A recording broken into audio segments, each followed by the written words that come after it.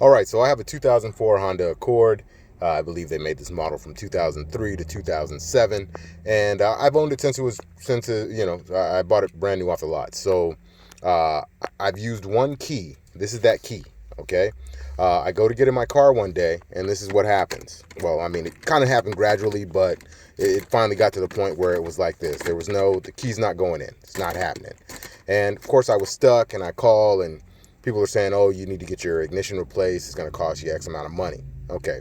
Well, I wanted to try something before I did that. So I went home. Like I said, I brought the car brand new, so I got all the keys, the service key and the spare key and all that. So I went home and I got the spare key. Here's the spare key. Now watch this.